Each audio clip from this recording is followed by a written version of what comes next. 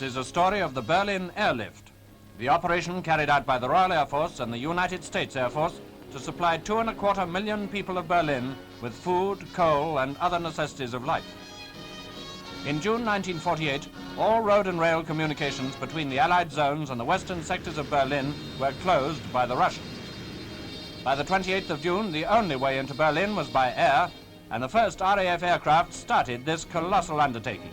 According to many predictions, an impossible one to maintain for any length of time, especially during winter. Aircraft began their ceaseless drone into blockaded Berlin, using all available airfields in the western zone. In the first 3 days, 500 landings were achieved, but with the aid of the United States Air Force, the number of flights rose by October to 600 per day. Sunderland flying boats of Coastal Command were ordered in to supplement the land-based planes. These took off from the Elbe at Hamburg and came down on one of Berlin's lakes. Food, still more food, and raw materials had to be poured across the aerial bridge into the blockaded city.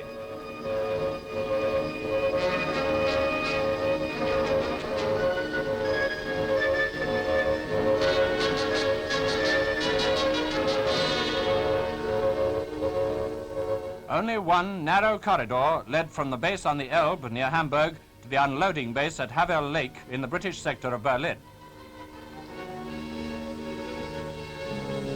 Within 4 days of the decision to use them, the first giant boats, each carrying 5 tons of vital material, were on air transport service. You are clear to take off, over.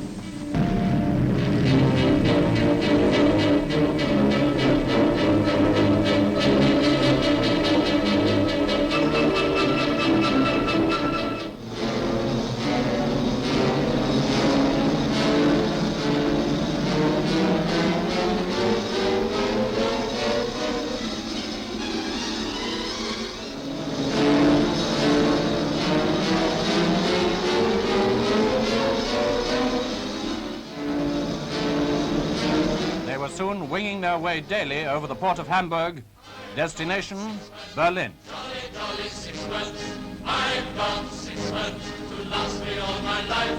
I've tuppence to spend and tuppence to lend and tuppence to send home to my wife. No cares have I to with me, no pretty little girl to receive me. I'm happy as a king. Past the Olympic Stadium, and presently over the only power station left working in the western sector.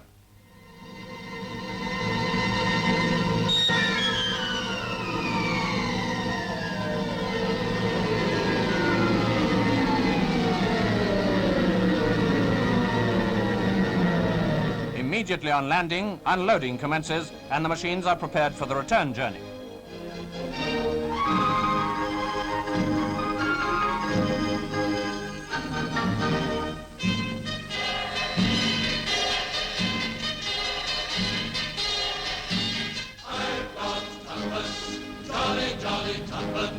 I've got tuppence to last me all my life. I've tuppence to spend and nothing to lend and nothing to send home to my wife.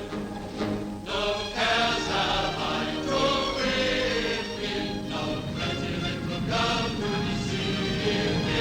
I'm happy as a king, believe me, as I go.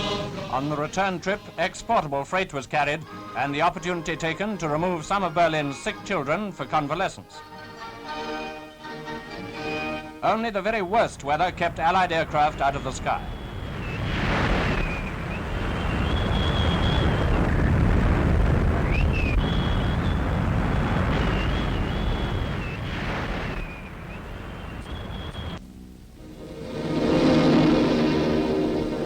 Even through storms and mists, the hazardous chain of supply went on.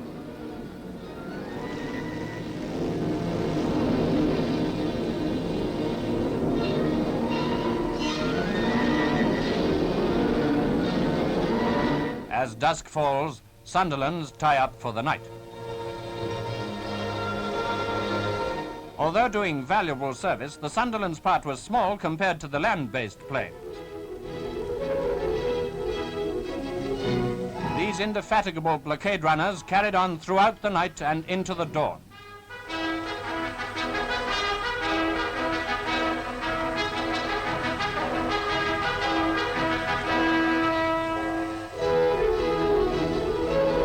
Night and day, week after week, it was a case of more planes, more food, more raw materials, shipped without pause from 8 different airfields in the Western Zone.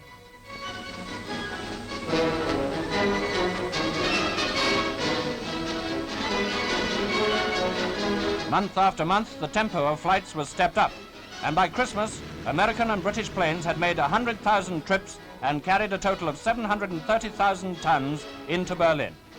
Even cars were transported. But coal, equally as vital to Berlin as bread, was the greatest load of all. Over 1 million tons have now been flown in. Hundreds of planes of all types and sizes, military and civil, were pressed into service. The RAF York load 9 tons. The Halifax over 6 tons. The Viking over 3 tons.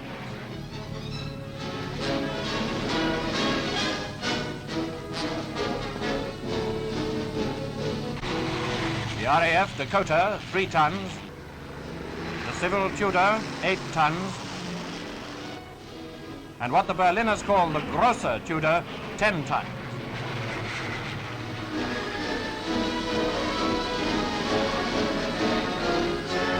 As an additional boost to the airlift, the RAF introduced its Hastings, each carrying over 9 tons.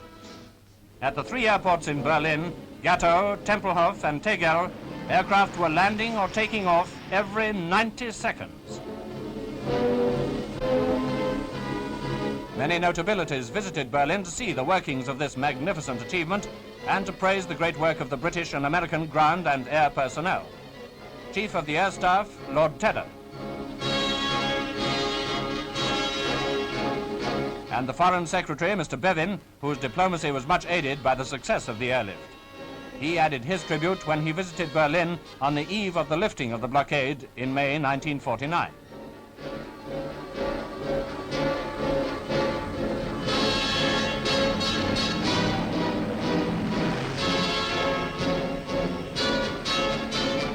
For 10 whole months, a ceaseless stream of Allied aircraft landed in Berlin, where Germans, supervised by British Army personnel, eagerly unloaded the vital supplies. Air crews of the RAF and Commonwealth crews from Australia, New Zealand and South Africa, together with their British charter colleagues, all of them played their part with the United States Air Force in maintaining this non-stop operation. A combined operation which on one day landed in Berlin a record load of nearly 13,000 tons. That is equivalent to the normal tonnage moved daily by surface transport before the blockade. Newsprint for Berlin's democratic press comes in. Mail for the outside world goes out.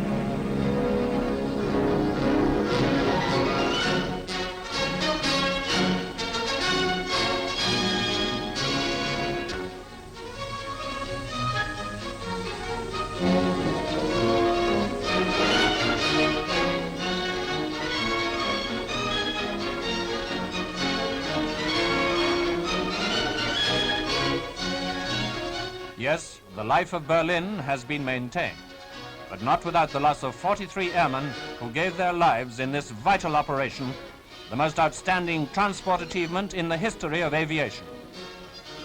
The airlift carries on.